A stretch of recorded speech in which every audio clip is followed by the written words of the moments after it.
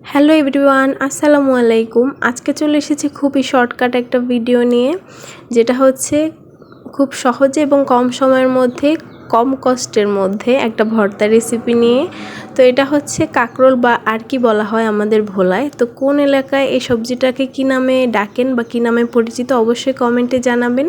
তো আমি কাঁকরোলটা এর আগে যতবার ভর্তা খেয়েছি সেটা হচ্ছে শিলনোড়ায় বা পাটায় বেটে, বাট আজকে আমার কেন জানি না পাটায় বাটতে ইচ্ছে করতেছিল না, বাট ভর্তাও খেতে ইচ্ছে করতেছিল। তাই ভাবলাম শর্টকাটে কিভাবে করা যায়।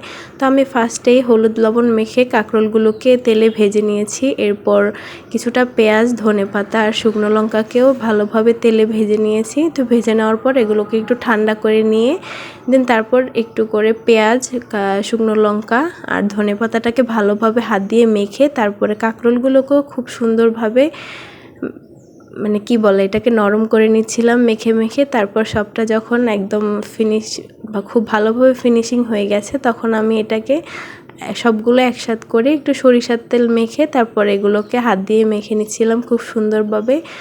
তো যেটা সত্যি কথা বলতে, এর আগে যতবার এই ভর্তাটা খেয়েছি সেটা হচ্ছে পাটায় বেটে, বাট আজকের ভর্তাটা খুবই মজা ছিল। পাটায় বেটে ভর্তার চাইতে এই ভর্তাটা সত্যি অনেক মজার এবং খুব কম সময়ের মধ্যে কম কষ্টের মধ্যে আপনি এই ভর্তাটা ট্রাই করতে পারেন। আমার ভিডিওটা যদি ভালো লাগে অবশ্যই সবাই ট্রাই করে দেখবেন, আশা করি অনেক ভালো লাগবে।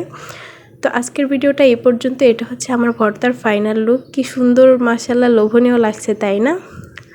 তো সবাই অবশ্যই ট্রাই করবেন, আশা করি ভালো লাগবে। তো আল্লাহ হাফেজ।